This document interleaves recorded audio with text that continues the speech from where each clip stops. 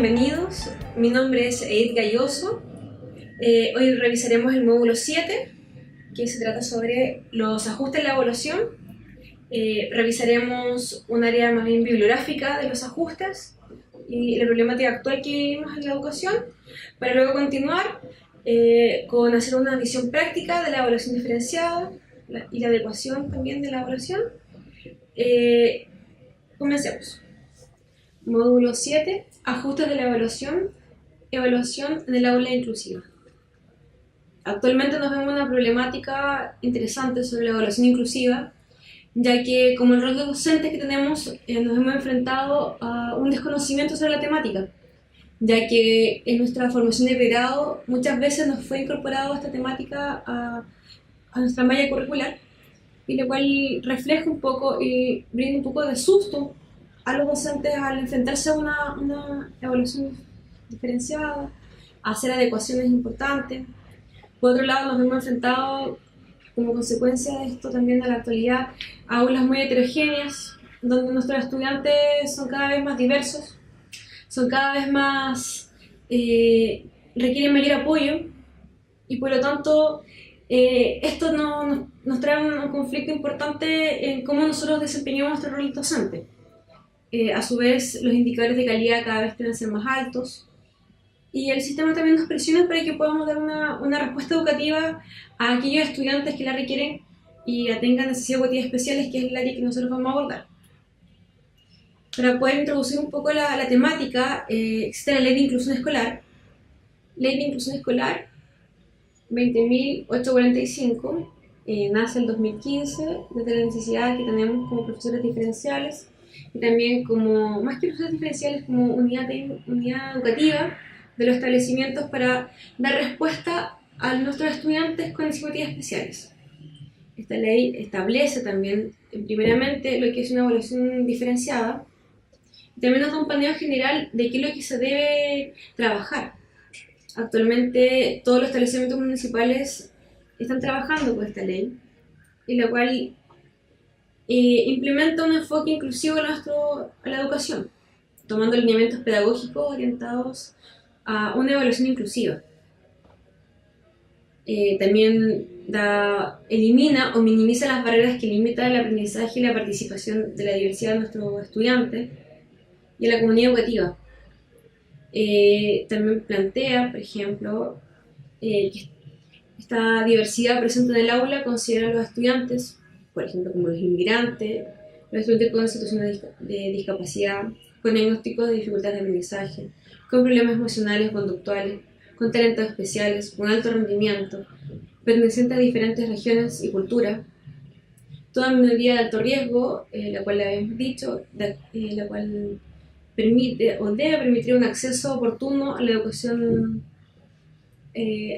adecuaciones, y también a sus necesidades y características personales. También es importante aquí recalcar, por ejemplo, estudiantes inmigrantes, lo cual nos hemos enfrentado actualmente. Por otro lado, también exige un imperativo ético dirigido a garantizar el acceso en la plena participación y el aprendizaje de los estudiantes, independiente de su diversidad cultural o social, esto según Murillo 2009.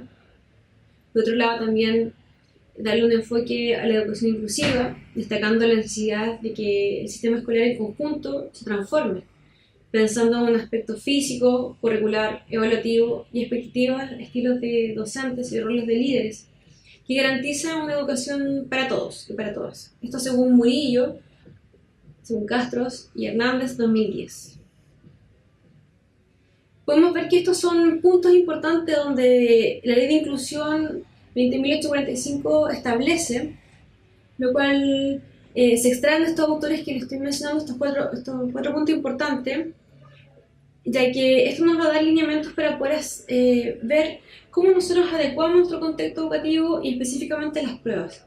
Existe un tema que es la adecuación curricular, que la adecuación curricular es un movimiento, es algo más macro, en lo cual nosotros utilizamos el currículo en función de para poder adecuar ciertos instrumentos o ciertos objetivos, lo cual nosotros nos hacemos partícipe de esto, como es está diseñado en realidad para los estudiantes con discapacidades especiales, adapta el currículum al estudiante con dificultades, prioriza los contenidos al mínimo obligatorio elemental, puede realizarse en todas las asignaturas. Esta se puede hacer durante todo el proceso escolar, durante el año, un semestre o por unidades. Es un prerequisito para realizar una evaluación diferenciada. Esto es súper importante, ya que muchas veces nosotros no adecuamos el currículum para poder hacer una ecuación de evaluación. Por lo tanto, actualmente nosotros lo que vamos a realizar es solamente centrarnos en la evaluación diferenciada en cuanto a los objetivos de este currículum, indiferente que ustedes hayan o no hayan hecho una adecuación curricular anticipada. Por lo tanto, la evaluación diferenciada está orientado para casos especiales con dificultades especiales y sin dificultades especiales, ya sea el caso que nos toque analizar. El objetivo está centrado en los estudiantes que desplieguen un mayor potencial de rendir una evaluación y en beneficiar a nuestros estudiantes. Ese es el foco. Que el instrumento de evaluación puede ser diseñado para un estudiante específico o para un grupo de estudiantes. También es sumamente importante, ya que el docente piensa también que igual es más trabajo en lo que tiene que hacer, por lo tanto puede ser un compendio de algún instrumento que pueda reunir características específicas de un grupo de estudiantes con dificultades especiales. El docente tiene plena autonomía en la aplicación del instrumento, por lo tanto puede tomar decisiones muy importantes a la hora de aplicar este instrumento. También me gustaría agregar acá la evaluación diferenciada, que ustedes como docentes también son los responsables de que el estudiante cumpla los objetivos que nos planteamos en la iniciativa, o los objetivos de la unidad.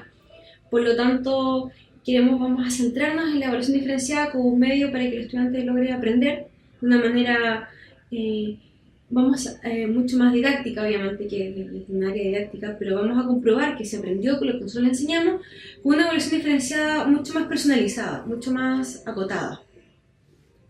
Por lo tanto, según Mineduc, ¿qué se entiende por una evaluación diferenciada? Es un procedimiento pedagógico que le permite al docente identificar los niveles de logro del aprendizaje curricular que alcanzan a aquellos estudiantes que por diferentes necesidades especiales están en situación temporal o permanente, indiferente lo que nos encontremos, ya sea un periodo corto, un periodo más largo, distinto a la mayoría del universo de los estudiantes que tenemos en el aula. Este procedimiento de evaluación se diferencia de los aplicados a la mayoría de los estudiantes, por lo tanto es más personalizado, es mucho más acotado. Nosotros podemos hacer un instrumento para todos, pero también podemos adecuar uno para algunos, para un sector más pequeñito, para algunos estudiantes con ciertas características. Este procedimiento, ¿cómo nosotros lo aplicamos? ¿Cuál es el procedimiento que debemos realizar al aplicar una evaluación diferenciada? Es importante que los procedimientos antes de aplicar deben estar explícitos en el reglamento interno de cada establecimiento, un reglamento de evaluación, ya que si no establecemos un lineamiento en común en conjunto con todos los docentes, vamos a tener ciertas disparidades y a la vez no vamos a estar dando respuesta educativa a este estudiante o a los estudiantes. La evaluación diferenciada se aplica a los alumnos, a los estudiantes que tienen situación temporal o permanente distinta a la mayoría y que requiere de forma diferenciada una evaluación de aprendizaje, como ya lo habíamos visto anteriormente. O sea, puede ser por un tiempo acotado, ya sea un mes, 2 meses, un semestre, o algo que sea más permanente, por el tiempo, ya sean 2 cursos, 3 cursos, en toda su enseñanza. Se aplica, por ejemplo, a estudiantes con dificultades especiales, por ejemplo, mucha inasistencia injustificada, con problemas de salud, con problemas familiares. También se aplica bastante a los estudiantes que hacen grandes viajes, o por algún motivo, por ejemplo, o no dominio del idioma, que sean muchos estudiantes inmigrantes, también nos va a servir una evaluación diferenciada para ellos. Nos justifica la acción que vamos a realizar. Para ser efectiva la evaluación diferenciada, el apoderado debe presentar un documento que acredite que es lo que requiere, ya sea un documento médico, neurológico, psicológico, que permite la aplicación de un procedimiento de evaluación diferenciada, ya que muchas veces nuestra determinación al azar puede causar algunas dificultades con respecto a los procedimientos que tiene el establecimiento, ya que es muy importante que nosotros como profesionales también nos respaldemos de profesionales que estén avalados para emitir algún diagnóstico o que tengan alguna dificultad más severa algún estudiante, y lo cual nos da orientaciones. Abajo hay 3 links que pueden revisar con respecto al decreto de evaluación, ya sea el 511 para primero y octavo básico, el decreto 112 de primero y segundo medio, y el decreto 83 de evaluación de tercero y cuarto medio. Pueden navegar ahí en esos links, lo cual también establece apartados sobre evaluación diferencial. Ahora específicamente, ¿cómo se realiza una evaluación diferenciada? En lo práctico. Lo primero que debo realizar es identificar a los o las estudiantes en mi curso con alguna necesidad especial o con algún caso excepcional, como dijimos anteriormente. Yo luego solicito una entrevista con el profesor diferencial, por ejemplo, con los profesionales que brindan apoyo a este estudiante, o ya sea un psicólogo, para obtener una mayor información posible de su estudiante y de la necesidad especial que tenga. Por lo tanto, yo requiero la mayor información posible. Acá también podemos preguntarle al apoderado, pero requerimos algún documento más formal para respaldarnos como profesionales. También podemos elegir diversos instrumentos para evaluar un mismo objetivo o la misma unidad. Para continuar con el proceso de selección del instrumento, identificamos las acciones que requiere este estudiante para lograr una mayor autonomía para desenvolverse en la evaluación, o ya sé que requiere un apoyo extra. Y luego adecuar el instrumento evaluativo con un fin de verificar los objetivos de estudio y para lograr de forma efectiva lo que nosotros queríamos observar.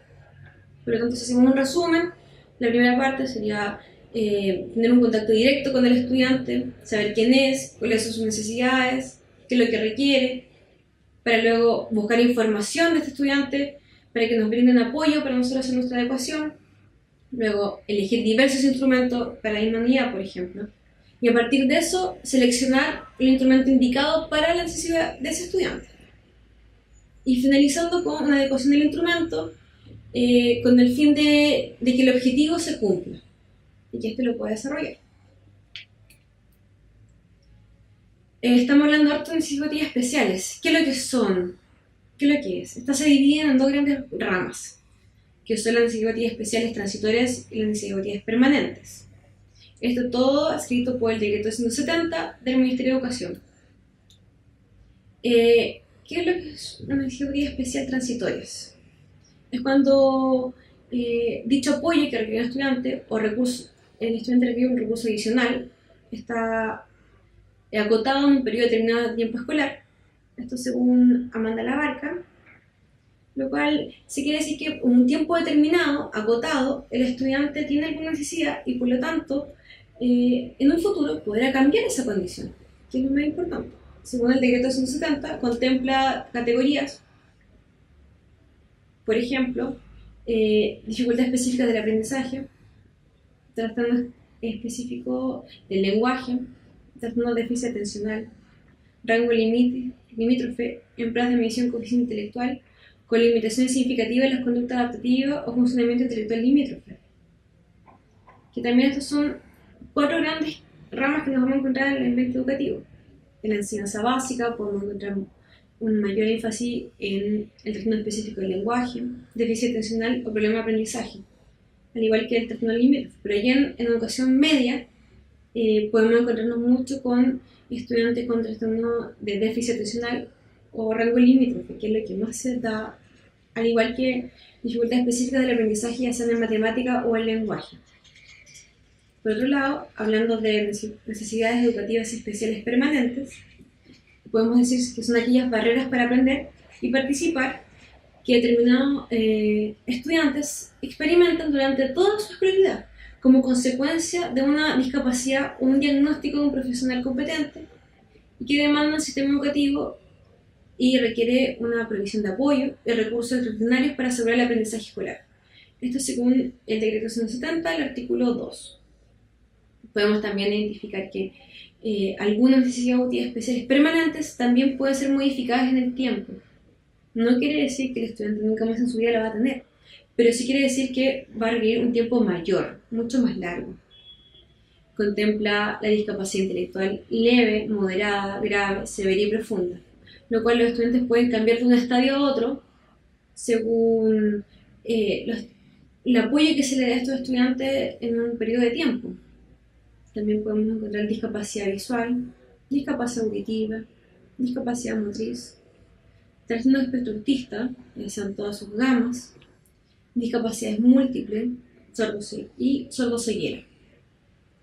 Es importante también enfatizar de que las inseguridades permanentes requieren una mayor adecuación en la evaluación, ya que el acceso a ellas va a ser mucho más complejo, por lo tanto requiere un poco más de trabajo para que nosotros podamos enfatizar en un mejor apoyo para estos estudiantes.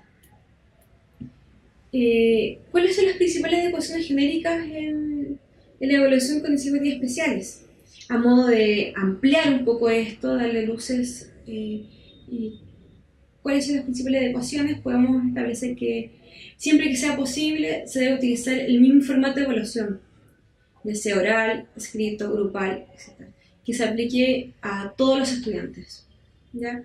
En lo posible, a esto me refiero a que si nosotros vamos a hacer una adecuación oral para todo el curso, se realice para todos, con la distinción, por ejemplo, un caso, que es un estudiante con dificultades especiales del espectro autista, se cohiba, por ejemplo, con la expresión oral, nosotros adecuamos y, por ejemplo, hacemos que él nos diserte solo a nosotros en particular y no todo el curso. O que él pueda presentar solamente el PPT como un escrito. Pero intentar no cambiar el instrumento, sino elegir el mejor para el grupo de curso. Lo mismo ya sea en un escrito o en otros instrumentos que nosotros podamos observar que sean necesarios, beneficiosos. O ya sea una evaluación tradicional formativa que el estudiante tenga que completar en una hoja. Podemos hacer adecuaciones, se me ocurre, por ejemplo, discapacidad visual, que podamos agrandar la letra, o ya sea una ceguera en traspasar la braille. También, por otro lado, podemos otorgar un 50 o menos por ciento de tiempo para asignado a los estudiantes, por ejemplo, ajustándose a las necesidades del estudiante.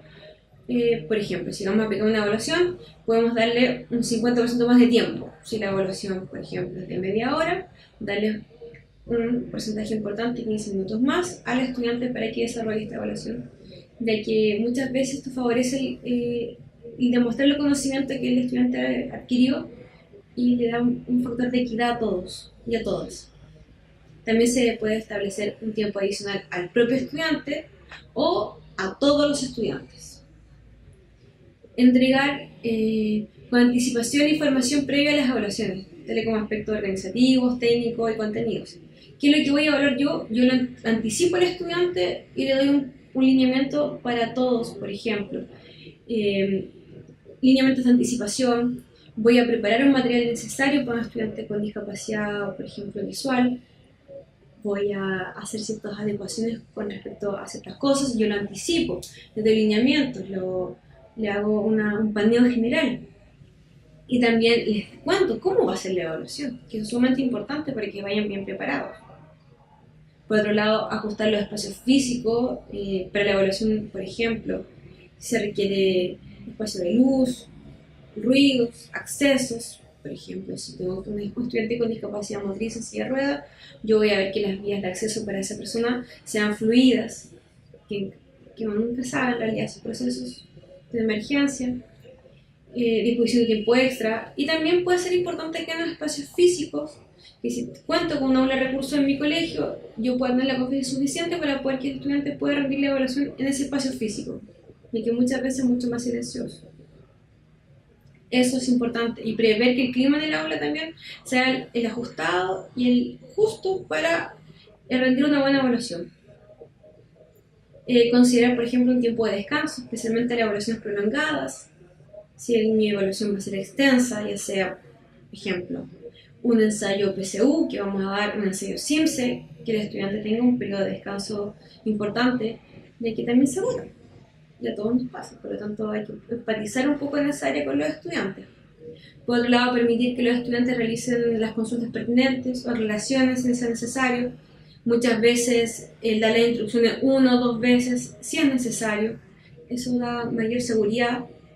Si tiene alguna consulta, siempre y cuando respete el clima organizacional del aula, permitirle que haga las consultas pertinentes y aclaraciones, por ejemplo, cómo debe responder, rellenan un círculo, o si debe responder en forma escrita, cuánto es la extensión del escrito, cosas mínimas que para nosotros son muy cotidianas, pero para ellos requiere algo más específico, mucho más detallado.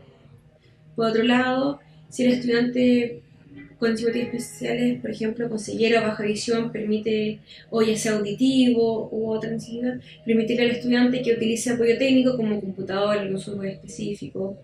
Se me ocurre, por ejemplo, que se ponga los audífonos para que escuche ciertas instrucciones. Hay miles de opciones que nosotros podemos darle al estudiante que tengan cierto acceso a la evaluación de manera equitativa, de manera justa para todos y que den su mejor rendimiento en ellos. Por otro lado, también podemos ver que las evaluaciones es importante hacer y revisarlas previamente, que la construcción de la evaluación sea la adecuada para estos estudiantes, hacerse asesorar por profesores diferenciales, y que están también capacitados, o que el profesor diferencial, depende del caso del establecimiento, muchas veces el establecimiento tiene ciertos lineamientos que las evaluaciones la adecuación de evaluaciones la realiza el profesor diferencial y luego se traspasa el curso, u otros casos que el profesor de aula realice la adecuación y luego en otro caso en conjunto se realice la adecuación de la evaluación. Esto es sumamente importante, ya que según los medios de comunicación que yo mantenga en mi aula o en mi establecimiento, voy a dar una mejor respuesta educativa hacia los estudiantes. Eso con respecto a la evaluación diferenciada, y podemos hacer el módulo 7 en la evaluación de aulas inclusivas. A continuación veremos algunas actividades, algún material bibliográfico para que hagan sus consultas y evaluaciones pertinentes. Muchas gracias.